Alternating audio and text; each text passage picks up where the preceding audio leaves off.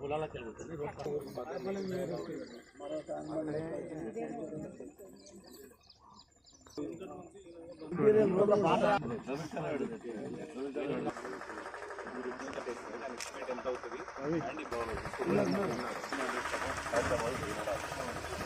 వర్షం పడ్డ మూసిన నీళ్ళని ఇక్కడికి వచ్చి వెళ్ళి ఈ యొక్క పక్కపంటి పొలాలపై వెళ్ళి మొత్తం అంతా పంటలు చెడిపోవడం జరుగుతుంటాయి.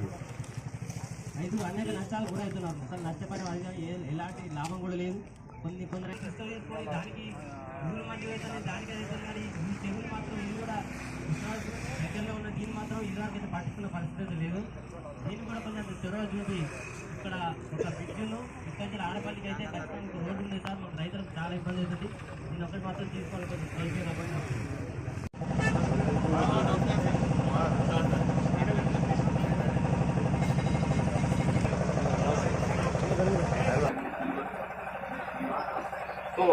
ఆ మీటింగ్ కి వచ్చినటువంటి మంత్రులకు నిన్న అనగా 5వ తారీఖు నుంచి మొదలుకొని ఈరోజు రెండవ రోజు 6వ తారీఖు నాడు మరి చెరువులా లేదు అనేది, అదేవిధంగా కలెక్టర్ మిల్కినేని మదన్ గారికి, గౌరవ కౌన్సిలర్లు అందరికీ, పోలీస్ శాఖ వారికి, ప్రజాప్రతినిధులందరికీ, మరి పట్టణ ప్రజలందరికీ, ప్రతి డిపార్ట్మెంట్ నుంచి వచ్చిన అధికారులందరికీ పేరు పేర్చుకుంటున్నాను.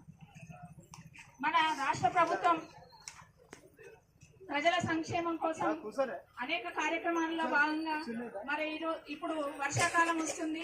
వర్షాకాలానికి తగిన సూచనలు, సలహాలు మరి అన్ని డిపార్ట్మెంట్ల నుంచి కూడా మనం ప్రజా సంక్షేమం కోసమే పనిచేయాల్సిన వాళ్ళం.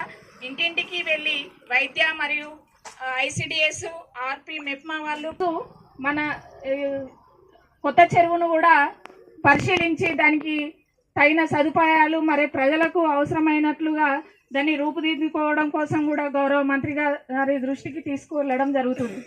మరి ఇదివరకు మన మంత్రి గారు గెలిచినప్పుడు తీసుకొచ్చి TUFIDC ద్వారా నిధులు తీసుకొచ్చి రోడ్లు, డ్రైనేజీలకు రోడ్లు టెండర్స్ వేయడం జరిగింది. పరిస్థితి ఉంది. అటువంటిది ఎక్కడ కూడా ఉండకుండా చూడగా చర్యలు తీసుకోవాలని సందర్భంగా నేను కోరుతూ, మరి పట్టణ అభివృద్ధి, నియోజకవర్గ అభివృద్ధి, రాష్ట్ర అభివృద్ధి, ఇటువంటి కార్యక్రమాలు భవిష్యత్తు లోపల అనేకమైనటువంటి అంశాలకు సంబంధించి అందరం కలిసి ముందుకు తీసుకుపోదామనే మాట మనం చేస్తూ, ఈ రోజు ఈ స్వచ్ఛదనం పచ్చదనం కార్యక్రమం ద్వారా మాత్రం మన యొక్క పరిసరాల పరిశుభ్రత, అదేవిధంగా భవిష్యత్తుకు సంబంధించి తరాన్ని దృష్టిలో పెట్టుకుని ప్లాంటేషన్ చేసే కార్యక్రమం తీసుకోవాలని కోరుతా ఉన్నా. ఒకవేళ లేనట్లయితే ఇప్పుడు చూసినాం, డెంగ్యూ వచ్చినా, చికెన్ గున్యా వచ్చినా, మలేరియా వచ్చినా, టైఫాయిడ్ వచ్చినా, క్యాన్సర్ వచ్చినా, లేకపోతే కిడ్నీ ఫెయిల్ అయినా, డయాలసిస్ చేసుకున్నా, గుండెపోటు వచ్చినా ఏ విధంగా ప్రజలు ఇబ్బంది పడుతూ ఉన్నారో చూస్తా ఉన్నాం. కష్టపడి సంపాదించిన పైసలు, తాతలో తండ్రులు కష్టపడి సేకరించిన డబ్బు అమ్ముకొని దాహంలో పెట్టాల్సి వస్తా ఉంది. అది ఉండద్దంటే మనము నీళ్లు, గాలి, తినే తిండి స్వచ్ఛంగా ఉండడానికి మనమే బాధ్యత వహించాలి. మనమే ఆ విధంగా రాబోయే తరానికి ఒక మార్గదర్శకత్వంగా ఉండాలనేటువంటి ఆకాంక్షలు ఈ సందర్భంగా వ్యక్తం చేస్తూ మరొక్కసారి ఈ కార్యక్రమంలో పాల్పంచుకున్న మీ అందరికీ ధన్యవాదాలు. వచ్చినాం, చెప్పిండ్రు, విన్నాం, పోయి మళ్ళా మన పని మనం కాదు.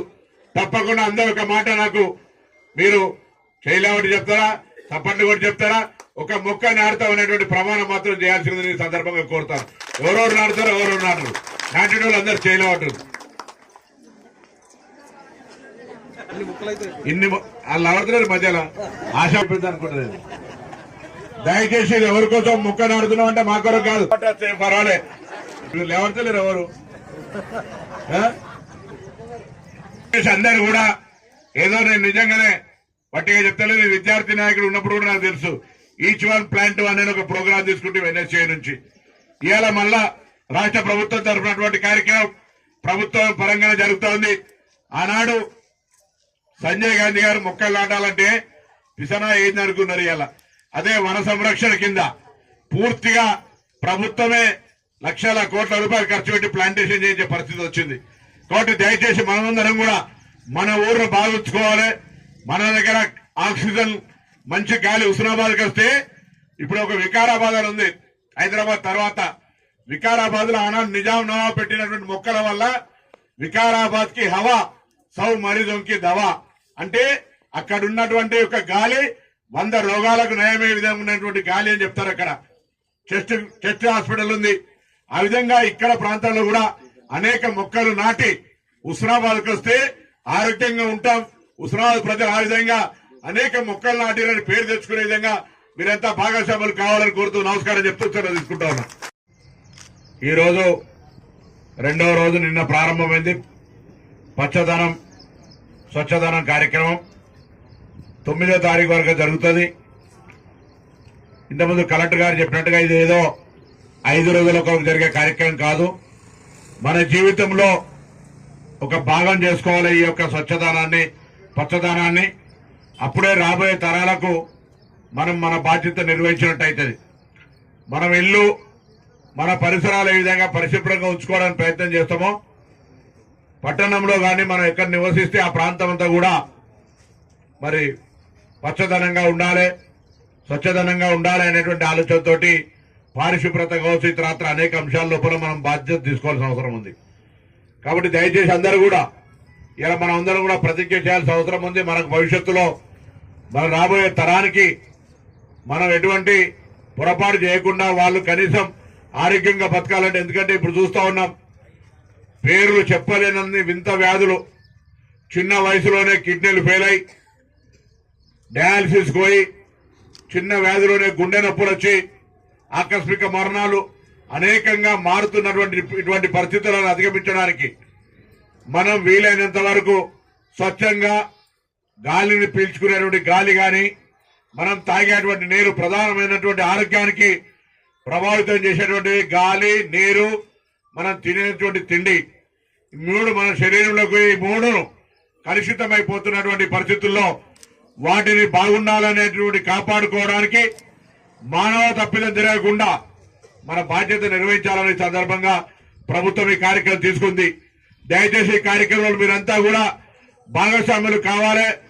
ప్రభుత్వం ఎన్ని కార్యక్రమాలు తీసుకున్నా ప్రజల సహకారం లేకుంటే ఆ కార్యక్రమాలు విజయవంతం కావు. అందుకే ఇటువంటి ఒక సమావేశాలు సభలు పెట్టుకొని మనం బయట పోతే చూస్తూ ఉంటాం. మహనీయుల విగ్రహాలు ఉంటాయి. మహనీయుల విగ్రహాలు ఎందుకు పెట్టుకుంటాం? వాళ్ళు ఆనాడు సమాజం కోసం పోరాడినటువంటిది. ఆ విగ్రహాన్ని చూడగానే మన లోపల ఒక అంశం స్ఫురించాలి.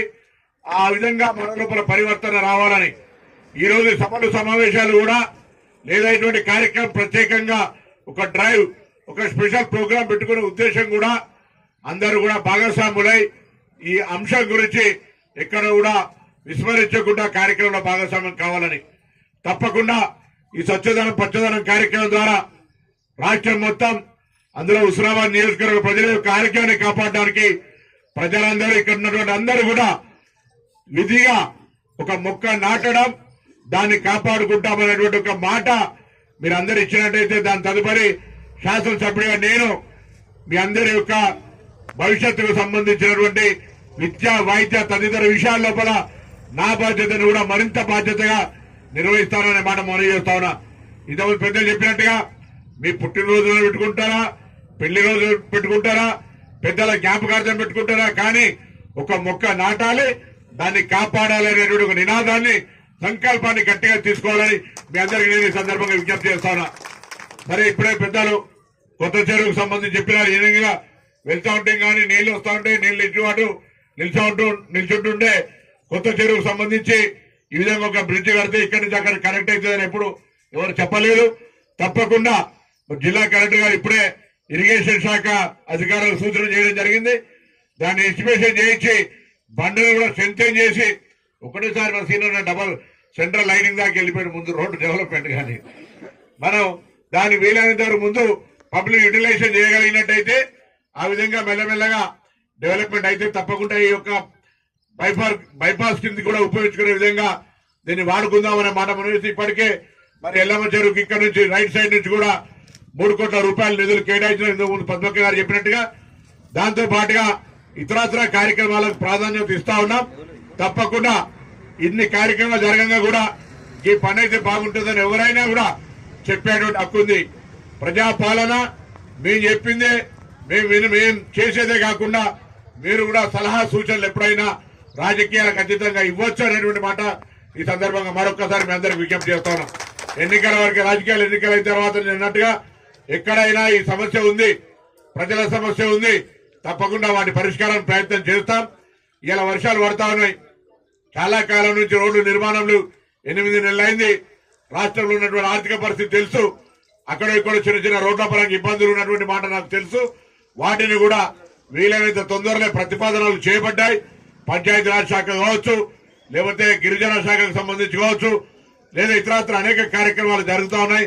వాటన్నిటిని కూడా తొందరలోనే గ్రామీణ ప్రాంతాల్లో రోడ్ల నిర్మాణానికి కావచ్చు, ఇతరత్ర అభివృద్ధి కార్యక్రమాలకు కూడా చొరవ తీసుకుంటాననే మాట మనయేస్తూ నిన్ననే మహబూబాపూర్ హాస్పిటల్ కు సంబంధించి అదొక పూర్తిగా ఉపయోగంలో లేకుండా ఉందని చెప్తాను. నేను జిల్లా కలెక్టర్ గారిని కోరిన ఇమ్మీడియట్ గా మెడికల్ ఆఫీసర్ అక్కడికి పంపి అది మళ్ళీ ప్రజలకు ఉపయోగంలోకి తీసుకొచ్చే విధంగా చర్యలు చేపట్టాలనేటువంటి మాట కూడా కోరుతూ, ఏ విధమైనటువంటి సమస్య ఒక యువ కలెక్టర్ గారు ఉన్నారు, అధికారులను నేను ఎవరిని కూడా అందరినీ కూడా మనకిచ్చిన బాధ్యత ద్వారా ప్రజలకు సేవ చేసే కార్యక్రమం లోపల మన బాధ్యత నిర్వహించే విధంగా పనిచేయాలని, ఎవరైనా విధి నిర్వహణలో ఎక్కడ కూడా అలసత్వంగా ఎవరు ఉండొద్దు అనేది క్షేత్రస్థాయి అధికారులకు కూడా మీరు గట్టిగా పర్యవేక్షించే విధంగా మీరు చూడాల్సిందే ఈ సందర్భంగా నేను కోరుతూ, తప్పకుండా హుస్నాబాద్ పట్టణానికి సంబంధించిన పెరుగుతున్నటువంటి అభివృద్ధి దృష్ట్యా ఇక్కడ కొంత స్థలాలకు సంబంధించి కూడా నేను గౌరవ జిల్లా కలెక్టర్ గారు చెప్పినాను. ప్రభుత్వ భూమి మీద ఎవరు ప్రైవేట్ వ్యక్తులు కన్ను వేసినా దాన్ని వెంటనే తీవ్రంగా పోలీసు శాఖ ద్వారా అటువంటి జాగాల కబ్జా లేకుండా చూడాల్సింది ఈ సందర్భంగా. ఎందుకంటే చాలా మంది మా గవర్నమెంట్ జాగా ఆయన కబ్జా చేసిండు, అయితే మా జాగా ఈయన కబ్జా చేసిండు అనేటువంటి పరిస్థితి ఉంది. అటువంటిది ఎక్కడ కూడా ఉండకుండా చూడే విధంగా చర్యలు తీసుకోవాలని ఈ సందర్భంగా నేను కోరుతూ, మరి పట్టణ అభివృద్ధి, నియోజకవర్గ అభివృద్ధి, రాష్ట్ర అభివృద్ధి, ఇటువంటి కార్యక్రమాలు భవిష్యత్తు లోపల అనేకమైనటువంటి అంశాలకు సంబంధించి అందరం కలిసి ముందుకు తీసుకుపోదామనే మాట మనం చేస్తూ, ఈ రోజు ఈ స్వచ్ఛదనం పచ్చదనం కార్యక్రమం ద్వారా మాత్రం మన యొక్క పరిసరాల పరిశుభ్రత, అదేవిధంగా భవిష్యత్తుకు సంబంధించి